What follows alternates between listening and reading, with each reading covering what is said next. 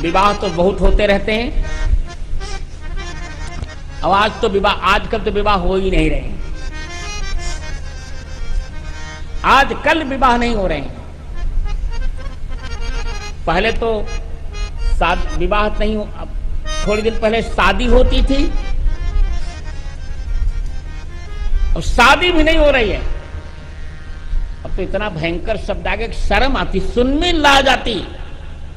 कहते wedding ceremony हो रही है। अरे आग लगे,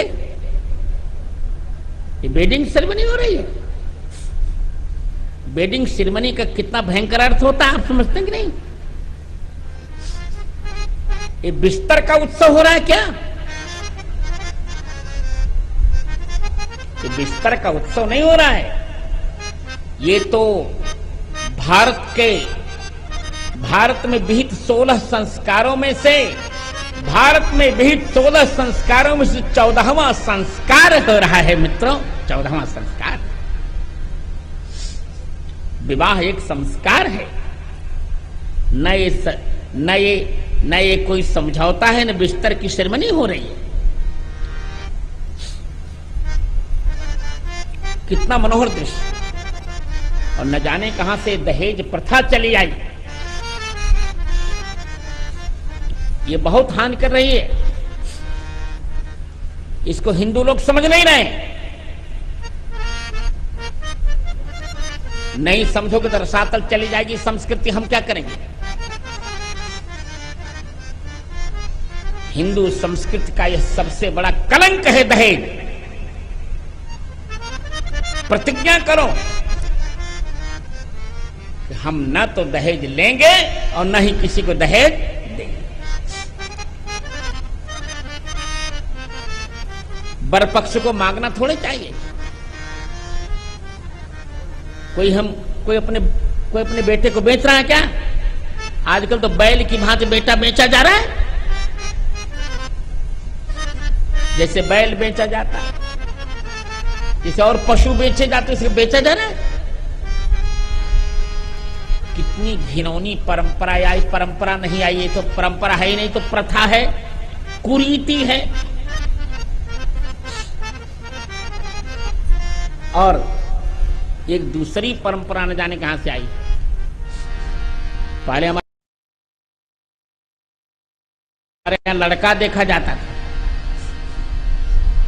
अब लड़का नहीं देखा जा रहा, अब लड़कियां देखी जाती हैं। लड़कियां, कोई लड़की सब्जी है मंडी की, तो जो पसंद आया उसको ले लिया, नहीं पसंद आया छोड़ दिया। यदि इसी प्रकार लड़कियां तय कर लें कि हम लड़के देखेंगे, तो मैं आपको बता दे रहा हूं कि 99% आजकल के लड़के फिर वेटिंग लिस्ट में चले जाएंगे, किसी का विवाह नहीं होगा।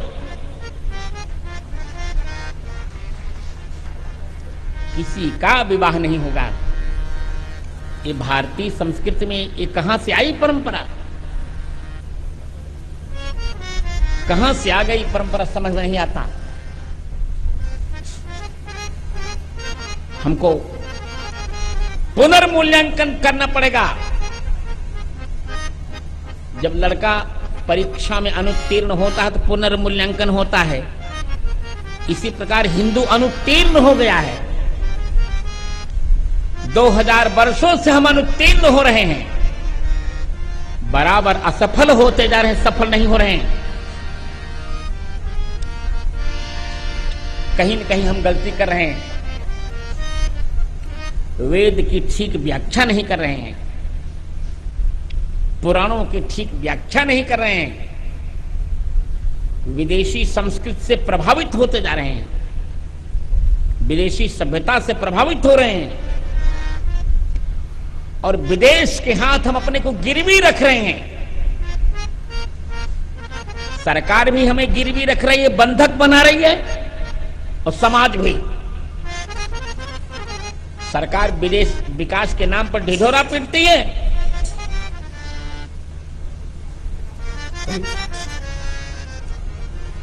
सरकार विकास के नाम पर ढिढोरा पीटती है, और परमाणु वाले समझौते पर आगे अमेरिका के सामने भारतीय स्वाभिमान को गिरवी रख दिया सरकार ने। इसलिए मित्रों, भारतीय स्वाभिमान को जगाइए। आइए देखें सीताराम जी का विवाह। एक बात बहुत सुंदर, अच्छा ध्यान रखिएगा, जनक राज ने सीता जी का स्वयंवर, सीता जी के स्वयंवर की रचना की है। पहले दो प्रकार का स्वयंवर होता था, एक तो कन्या स्वयं चुनती थी रूप के आधार पर, और दूसरे कन्या बल के आधार पर अपना वर स्वयं चुनती थी, लड़का नहीं चुनने जाता था।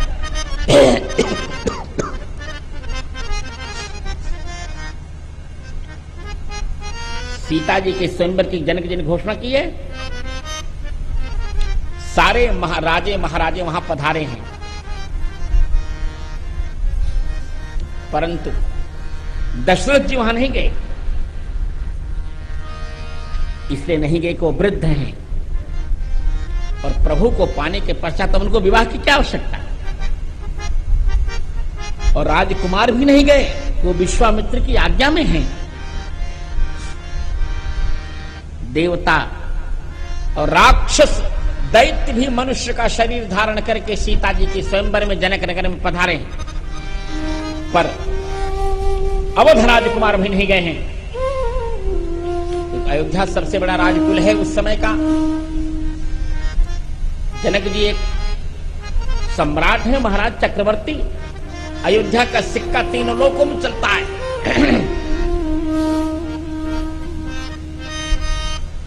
परंतु अब क्यों जा रहे हैं? इसलिए जा रहे हैं कि विश्वामित्र ने और जनक जी ने मंत्रणा की कि प्रभु एक डर है, इस स्वयंवर में रावण भी आएगा। और हम कह चुके हैं कि रावण आतंकवादियों का सरगना है। सबसे बड़ा आतंकवादी। और यह आतंकवादी रावण सीता जी के स्वयंवर को सफल नहीं होने देगा। इसका दमन कैसे किया जाए? क्योंकि आप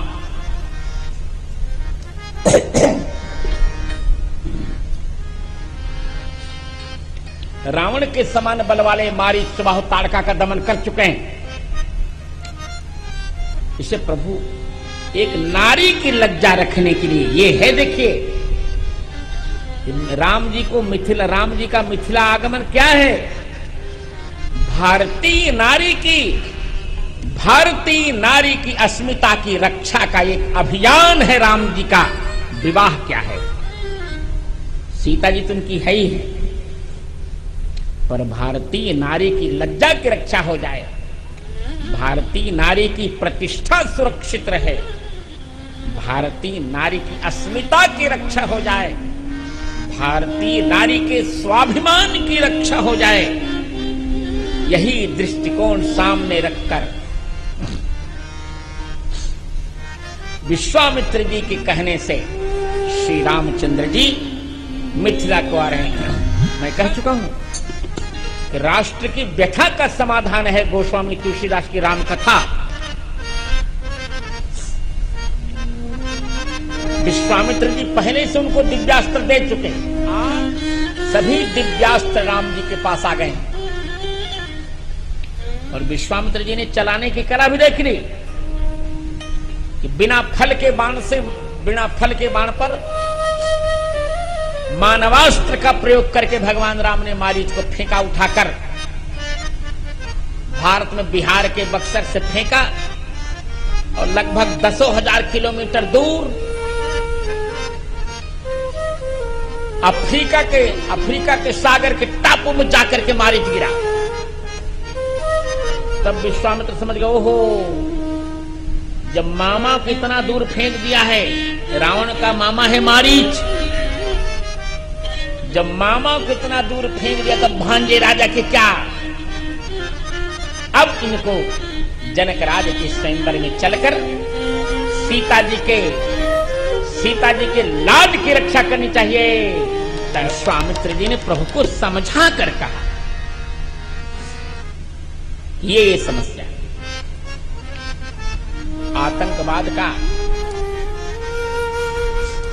आतंकवादियों का भारत में जो पूर्वी शिविर था वो नष्ट हो चुका है। अब दक्षिणी शिविर अवशेष है, परंतु इस स्वयंवर में रावण को आना ही है। सीता जो ऐसे नहीं मिलेंगी, शिव धनुष नहीं टूटेगा तो हैजक करके ले जाऊंगा। तो प्रभु आपको रहना है, इसलिए श्री राम केवल भारतीय नारी के स्वाभिमान की रक्षा करने के लिए मिथिला आ रहे हैं। तो जरा देखते जाइए, बहुत अच्छा प्रकरण है यहाँ का।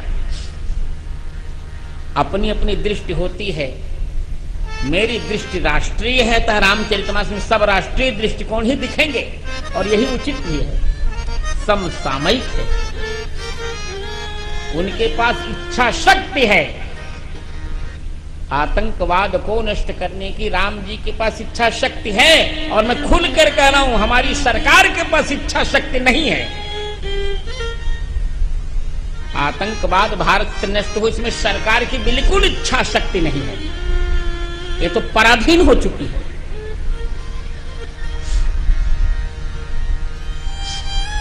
इसको वोट बटोरनी है केवल, देश की संप्रभुता रसातल को चली जाए, इसे राज्य करना है। अब देखिए, इच्छा शक्ति, एक छोटे से राजकुमार, 11 वर्ष का राजकुमार प्रसन्नता से हमें कहते, देखिए एक बहुत विचारणीय है ना,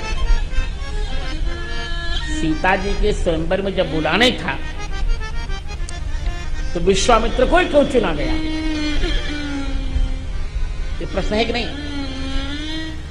अरे बड़े बड़े साधु सन्यासी थे, अगस्त्य जी थे, लोमस जी थे, अत्रि जी थे, सप्तर्षि थे, सबको किसी को बुला लेते, विश्वामित्र को क्यों बुलाया गया? इस स्वयंवर का अध्यक्ष भी विश्वामित्र को बनाया जा रहा है, ये भी एक आनंद है। इस स्वयंवर सभा का अध्यक्ष किसको बनाया जा रहा है मित्रों? विश्वामित्र को। ऐसा क्यों? इसका उत्तर बहुत रोचक है। इसका उत्तर है विश्वामित्र धनुर्वेद के सूत्रों के रचयिता हैं विश्वामित्र।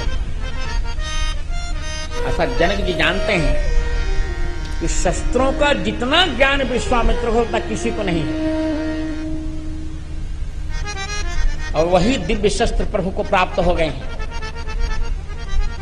अतः गुरु भी उसी प्रकार का धनुर्वेद का प्रवर्तक गुरु होना चाहिए, और धनुर्वेद का विशारद, धनुर्वेद का पारंगत शिष्य भी होना चाहिए। इसलिए दोनों को बुलाया। कि विश्वामित्र जैसा धनुर्वेद का आचार्य नहीं है, तो श्री राम जैसा धनुर्वेद का निष्ठावान व्यक्ति नहीं है। जगदेक धनुर्धर, इतना बड़ा कोई धनुर्धर नहीं हुआ। विश्वामित्र धनुर्वेद के आचार्य हैं, पर ताड़का से डरते हैं, सुबाहु और मारिच से डरते हैं, पर राम जी नहीं डरते। विश्वामित्र बुढ़े हो गए, डरेंगे ही। राम जी भी हमारे युवक हैं, चमाचम किशोर, चमचम हो रहा है चेहरा। इसलिए पूरी रणनीति बनाई जनक जी ने, और सभी राजाओं को बाहर सभी राजाओं को मिथिला के बाहर रोका, नगर के बाहर, नदियों और तालाबों के समीप, और राजा उतरे हुए। परंतु विश्वामित्र ने सोचा हम भी यहीं उतरेंगे। विश्वामित्र ने कहा कि मेरा मन है कि यहां रहा जाए, पर जनक जी बहुत निपुण है। जनक जी का नहीं, समाचार मिला विश्वामित्र जी पधारे हैं प्रभु के साथ। जनक जी महाराज आए, बहुत सम्मान किया और प्रभु को निहारा प्रेम से। प्रभु के रूप पर आकर्षित हुए। झूमे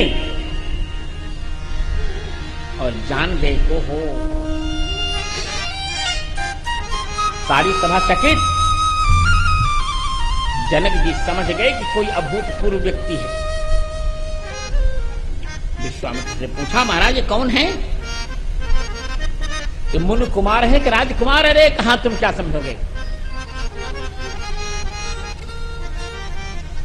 जनक जी ने कहा, मैं क्या करूं, इनको देखकर मेरे मन में अनुराग हो रहा है महाराज। मेरा मन ब्रह्म सुख को छोड़ रहा है महाराज। इसका अर्थ है कोई बहुत उत्कृष्ट सत्ता है ये। विश्वामित्र जी ने कहा, ब्रह्म का निरूपण पश्चात करूंगा, ये सब याज्ञवल्क्य से पूछ लेना। अभी समसामयिक चर्चा करो।